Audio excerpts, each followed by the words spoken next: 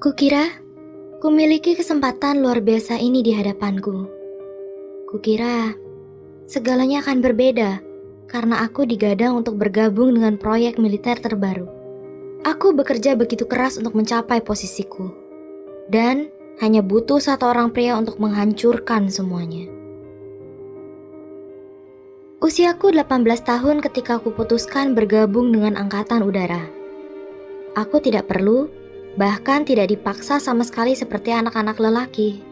Karena aku tidak tahu ingin melakukan apa saat dewasa.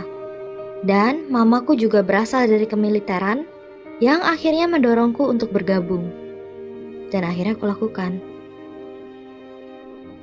Saat pertama kali bergabung, kata-kata mama mengenai kerja keras dan tidak ada kata tapi untuk diriku sendiri merupakan motivasi utamaku menjalani pelatihan yang sangat intens. Setelah tahun melelahkan di sekolah militer dasar dan sekolah angkatan udara, aku akhirnya ditugaskan. Aku adalah seorang teknisi pesawat udara besar dan harus menghadapi tantangan-tantangan baru, mulai dari memperbaiki pesawat pengirim barang yang besar. Aku suka menambah wawasan dalam sistem pesawat untuk membantu reguku melalui banyaknya keberhasilan tugas kami. Aku menjadi sangat ahli dalam apa yang kulakukan, sehingga aku digadang untuk bergabung dengan regu baru lainnya. Muda dan berambisi, aku begitu bangga akan diriku sendiri. Tidak ada yang bisa menghentikanku. Aku merasa seolah berada di puncak karirku. Platform baru tersebut berisikan orang-orang dari bermacam-macam regu.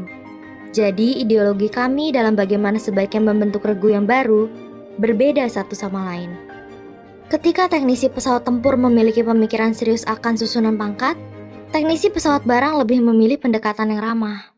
Pangkat bukan masalah bagi kami selama masih ada rasa hormat dan tidak melewati batas. Kami berbicara dan berkelakuan di level menghargai satu sama lain layaknya teman. Atasan baruku sebelumnya ditugaskan di regu pesawat tempur. Dan dia benar-benar menyalahgunakan kekuasaannya. Ia sangat mudah marah pada kami karena tidak mendengarkan dan tidak menyelesaikan sesuatu sesuai caranya, bahkan jika caranya salah. Dia sangat tidak berempati bila kondisi kami sedang tidak baik, dan hanya peduli akan bagaimana para atasan melihatnya sebagai pemimpin yang selalu menyukseskan misi. Bekerja dengannya benar-benar seperti neraka. Awalnya jika aku melakukan sedikit kesalahan atau datang terlambat untuk absensi pagi 5 menit, ia akan meneriakiku di hadapan semua orang. Tapi di balik itu semua, ia akan bermain, menarik-narik rambutku, menyentil dahiku dengan jarinya, atau menjewer telingaku, dan dengan bercanda berkata untuk menjaga diri. Ia juga selalu berkata bagaimana ia benci harus menghukumku. Kuacuhkan ia dan berpikir bahwa ia seorang bipolar. Berpikir bahwa mungkin ia salah satu dari generasi lama yang sebenarnya menghargai kerja wanita dalam regunya. Sekali lagi, sangat jarang melihat wanita bergabung dalam kemiliteran di negaraku. Karena aku tidak suka memperlakukan orang lain dengan buruk, kubalas ia dengan senyuman dan meminta maaf atas kurang disiplinnya diriku. Tapi ternyata itu justru membuatnya lebih berani berbuat tidak sopan padaku. Itu menjadi semakin buruk ketika ia berkata bagaimana aku harus pergi pelatihan dengannya ke luar negeri, karena dengan begitu ia bisa mentraktirku minum. Ia juga berkata sebaiknya aku melupakan bahwa aku memiliki suami dan bersenang-senang, dan bahwa ia tidak sabar untuk mengajakku berkeliling jika kami tidak sedang bertugas saat dinas. Aku tidak ingin melawannya. Jadi dengan halus kutolak tawarannya dengan berkata, "Mungkin tidak, karena aku akan sangat merindukan keluarga dan suamiku." Tapi ia akan berteriak seolah bercanda, "Ini perintah," padaku. Aku kebanyakan memilih untuk diam karena tidak ingin melawannya dan mempermalukannya di hadapan banyak orang. Selain itu, aku juga segan dengan pangkatnya yang lebih tinggi dariku. Aku hanya seorang sersan 2, sedangkan ia seorang sersan mayor. Tapi semuanya semakin bertambah parah. Ia mulai menyentuhku. Ia akan menyandarkan dagunya di kepalaku ketika aku sedang berusaha menjelaskan sesuatu padanya di komputer. Ia akan menepuk pahaku sambil memuji laporanku, dan ia akan menyenderkan tangannya di pundakku. Satu kali, ia bahkan menyentuh daun telingaku yang membuatku melompat dan menjauh darinya. Aku sangat merasa tidak nyaman, hingga aku mulai menjaga jarak dengannya. Aku berhenti tersenyum padanya. Aku selalu memastikan ada orang lain dalam ruangan jika ia berkata ingin bicara berdua saja denganku. Ia seakan tidak paham, atau ia tidak peduli, dan berlanjut bertingkah. Ia mulai mendekatkan wajahnya sangat dekat setiap saat ia punya kesempatan dan memintaku untuk tersenyum padanya. Aku menolak dan memberitahunya bahwa aku merasa tidak nyaman. Satu hari saat sedang pelatihan di luar negeri, kuputuskan untuk pergi sendirian selama hari liburku daripada bergabung dengan reguku. Kapanpun ia mengirim pesan padaku bertanya di mana diriku, atau apakah aku ingin bergabung dengannya untuk makan malam dan minum, kuacuhkan ia. Ia menjadi frustrasi dan memerintahkanku untuk mengiriminya pesan di mana diriku setiap jam, bahkan setelah jam tugasku berakhir, untuk melaporkan di mana keberadaanku atau dengan siapa aku saat itu. Aku berlanjut terus-menerus menolak ajakannya untuk semua hal kecuali bekerja selama pelatihan berlangsung. Saat kami kembali, semuanya menjadi buruk. Ia mulai meneriakiku tentang bagaimana tidak bergunanya diriku akan kesalahan-kesalahan kecil yang kubuat, di depan semua orang tentunya. Ia mulai menghinaku di hadapan atasan-atasan dan junior-juniorku. Ia memastikan bahwa aku harus menjadi yang pertama datang dan terakhir pulang setiap jam kerja setiap hari. Jumlah pekerjaan yang tidak berhubungan dengan tugasku menjadi sangat banyak. Dan saat aku minta bantuan, tidak ada yang menolongku. Kata-kata mama dan cinta serta dukungan dari suamiku membantuku melewatinya. Kuterima semua tugasku dan mengerjakan semua tugas tambahan dengan menambah waktu kerja.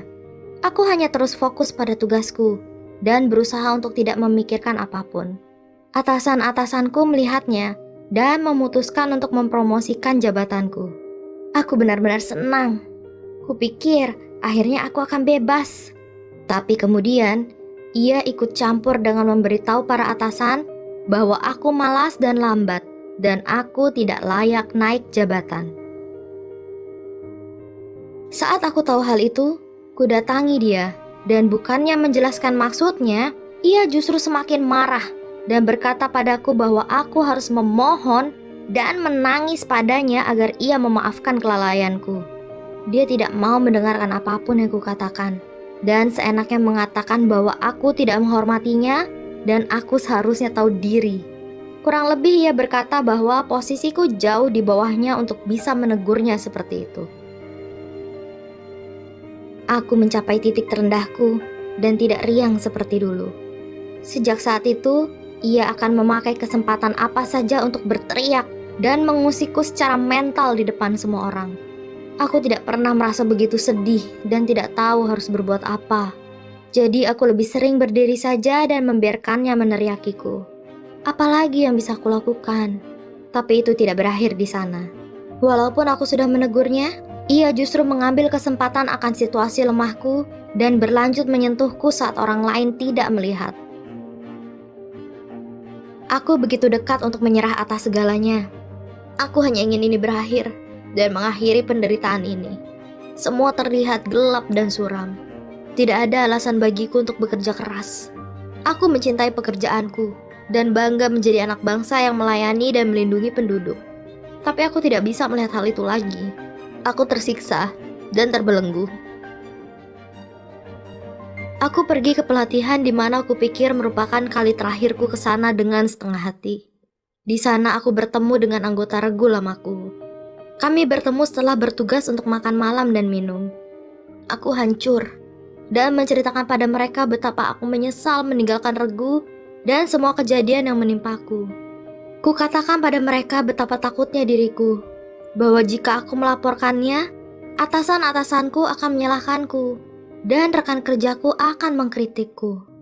Ku beritahu mereka ketakutanku akan orang-orang yang mungkin berkata akulah yang menggodanya, dan tidak menolak, dan itu semua kesalahanku.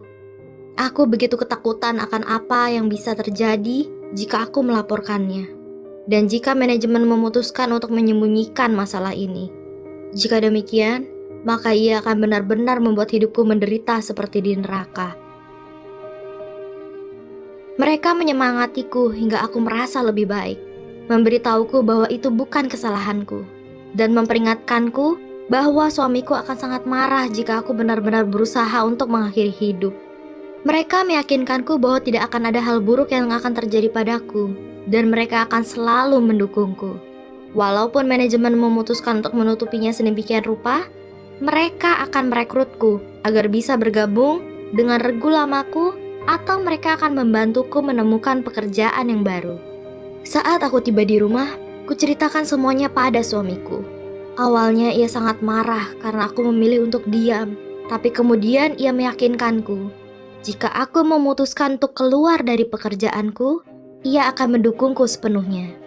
Ia memberitahuku betapa ia mencintaiku, dan hari-hari ketika aku mulai murung membuatnya sangat sedih, dan ia tidak tahu apa yang terjadi, dan itu membuatnya sangat putus asa.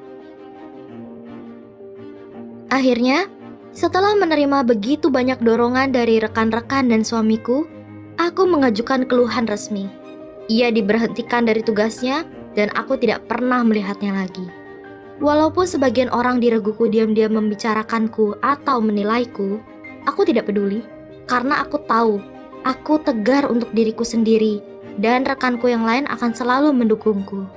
Aku berhasil keluar dari tekanan dengan bantuan luar biasa dari suamiku, dan kerja kerasku terus mendorongku mencapai lebih lagi dalam bekerja. Melalui pengalaman ini, aku ingin semua wanita untuk tahu bahwa wajar untuk merasa takut. Jika ada seseorang dengan jabatan lebih tinggi bersikap tidak sopan padamu, jangan takut untuk bicara.